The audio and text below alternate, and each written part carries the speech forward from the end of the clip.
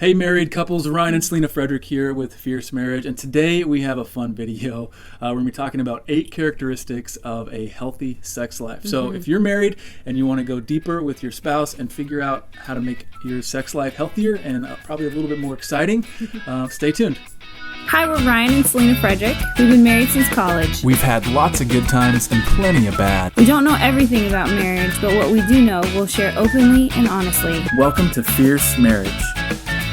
Okay, so we get this question all the time, or questions around this topic, Right. and it's around this tricky subject of sex and intimacy, and from a worldly perspective, sex is really, really important. You hear it, you see it everywhere. Everybody's talking about it, advertisements, videos, the internet, TV, movies. Sex is everywhere. And so clearly it's something that's on people's minds. And what we've realized is that while it's a very important aspect of your marriage, it's actually a really small, like time-wise, part of your marriage, but it's important that we get it right. And so as we start this discussion, we have one big kind of underlying assumption, and it's a biblical. Of course, we're being a Christian marriage ministry. We're talking about it from a biblical perspective, and it's this. And the first principle about sex is that it is good and it is designed by God for our good, for our enjoyment, and for His glory. I think we need to understand that it's not inherently evil. It's not an inherently bad thing. Sex is great. God made it that way. Within the covenant of the marriage boundaries there. And that would be the second big assumption, is that it is good within marriage, within God's design for a male and female relationship that is meant to fulfill His purposes in the family unit and in the communities that result from families getting together. So that's the first big assumption. So with that said, we want to talk about 8 characteristics that we've found in our own marriage, and we've discovered as we've talked to thousands of married couples that kind of help us identify and diagnose. Yeah, it kind of helps us get a pulse on where our marriage is at. And I mean, maybe you have a really great sex life. Everything feels like it's good and working well. But maybe there are some areas that you don't see, or there's ways you can experience a little bit more.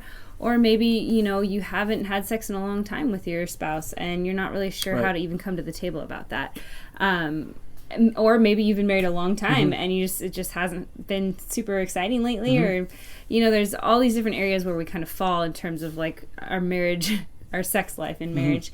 And so I think these 8 characteristics really help us kind of filter through, see where we fall, and then kind of go from there. And they all kind of intertwine with each other and sort of build off each other, but they've really helped us in terms of, again, knowing where we're at, how we can experience more, I guess. So here in this video, we're not going to go as in-depth as we did we have a podcast episode that came out just a few days ago on this exact same topic. So if you watch this video and you're looking for more conversation around it, definitely listen to that podcast episode. We have a lot more fun there, and we get a lot more candid and have a lot longer conversations around this. There's a link below, I think, on the video. So. All right, so the first characteristic of a healthy sex life is this, and it's right expectations. So what we mean by that is a lot of times a husband and a wife, they have differing expectations around this idea and what their sex life should be like. The reason for those expectations being different are vast, right? Many times it could just be you've heard and expected something that maybe you think your sex life should be like what you see in Hollywood, right? In movies and TV. Or unfortunately, a lot of guys and girls have their sex life being defined by pornography, or at least tainted by pornography. And so there's that. So I think the first thing to look at is, what are our expectations of each other? What are we expecting of each other, and of the sexual experience? Right. And in order to have that, it kind of moves into number 2. In order to kind of, I don't want to say regulate, but calibrate your expectations maybe, is being willing to have some really honest and like proactive conversations around how you feel, what you desire, things. So as a husband, as a wife, to take the time to really articulate what your hopes and dreams are for your sex life with each other, right? Super important, and being transparent enough to and skilled in your communication enough to be honest and proactive before it becomes a frustration, before you start fighting about it, but actually try to have honest conversations. Honest conversations that are somewhat emotionally diffused, I would recommend. Yeah. So, and that I think would lead to the third one. So we've talked about having right expectations, but having honest and proactive conversations to make sure your expectations are aligned, but then being vulnerable. So once you finally do get into the bedroom and you're enjoying this gift, to be vulnerable with each other in that you're giving and receiving and communicating in ways, and you're talking through it. A lot of times, I know one of our, we talk about this on the podcast a lot more, but one of our struggles was you had a hard time feeling vulnerable in sex, and it was frustrating because we didn't know how to communicate through that. And so it really is a conscious effort to be vulnerable with each other. I think maybe wives deal with that a little bit more. I don't know. It depends. Obviously, from couple to couple, it depends. So the fourth one is selflessness. So this one is huge. It's when we approach this gift of sex, what are our motivations, right? So lust. The difference between lust and love is lust is self-serving, and love is others-serving, or like others-oriented, whereas lust is self-oriented. So if you're approaching sex selfishly, we're going to want each other to do things that maybe the other person doesn't feel comfortable with. Or we have, and instead of doing that, we have to have it's funny, we have to have a selfless desire for each other, meaning that you're not just a means to an end, but you are the end, right? I want you. I don't just want you to do what I want you to do. And that's a selfless desire, is to want the other person, not just what they can do for you. But then that translates into having an attitude of service toward each other, meaning that I'm not just trying to get what I want from you, but I want to give to you. You want to give to your spouse because in a loving way. Yep. And that really helps us, again, calibrate our expectations for each other, because we're approaching each other from a selfless standpoint, and we're grateful for each other, and our desires are for each other and not for our own, pleasure and experience. Right. And then to get really practical, I think the fifth one, and this has been huge for us, is finding a healthy frequency, right? One of the most troubling things that we hear from couples is that they'll come to us and they say, we're having a really hard time in our marriage. We'll say, well, how's your intimate life?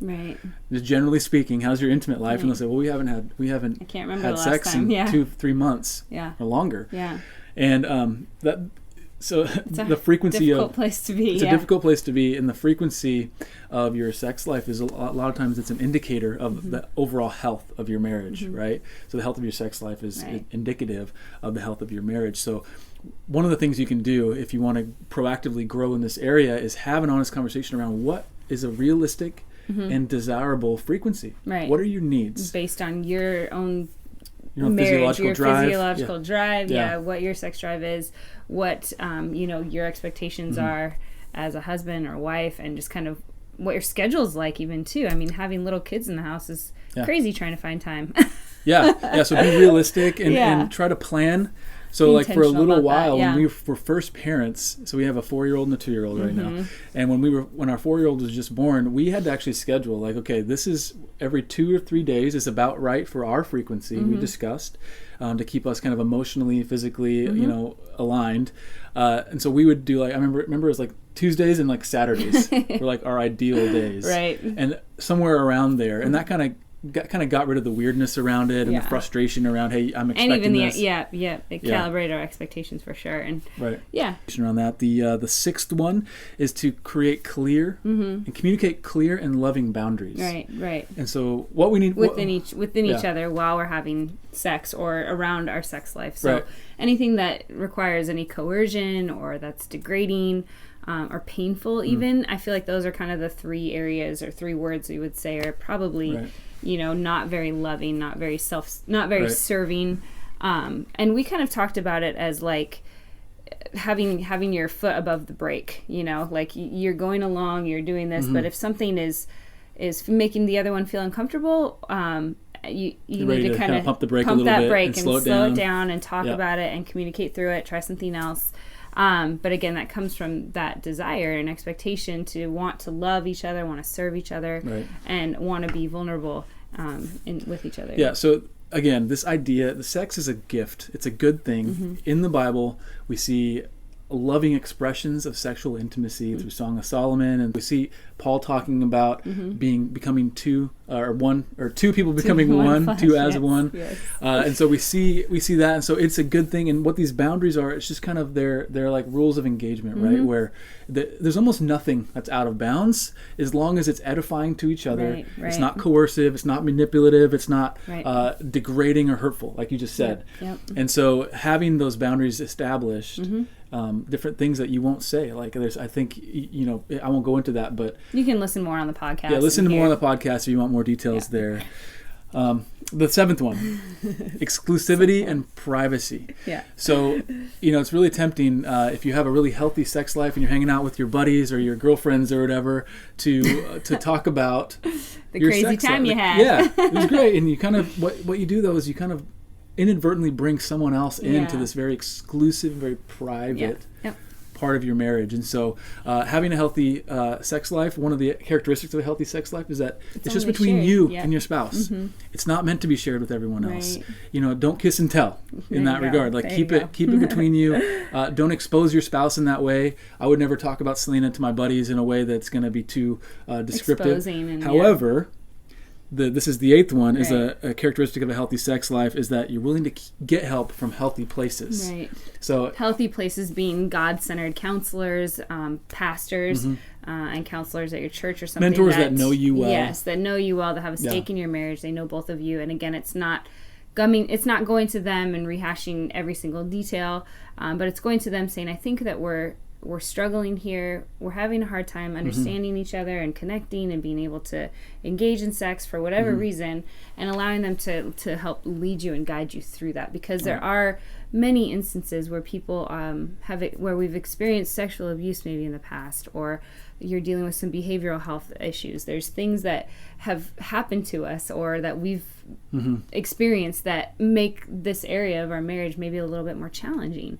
And God has given us counselors. He's given us people in our lives to be able to go to and seek help with the whole goal of being reconciliation and not sharing divulging all details. That's where it is. Yeah, you still maintain that exclusivity and that privacy, but you're divulging enough to let them know that you need help. You need wisdom. You need prayer. You might need a couple to come alongside both of you to kind of talk through it in like more of a counselor sort of atmosphere. Yeah. But anyway, hopefully that helps you. That's 7 characteristics. There's 8 actually. 8 characteristics of a healthy sex life, and if you're in a great place, then maybe this is a good spot for you just to check in. Yeah. To make sure that you're still on a healthy track. And to share with a friend. I mean, this is. I think we all kind of have our communities of people that, we maybe know that maybe they're struggling in their marriage a little bit, and say, hey, I saw this video, or like listen to this podcast. It was super helpful to me, and it's just kind of something you can offer to help without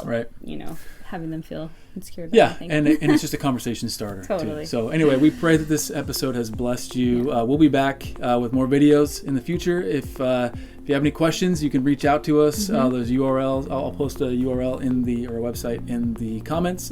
And other than that, thank you so much for watching, and we'll see you next time. Stay fierce.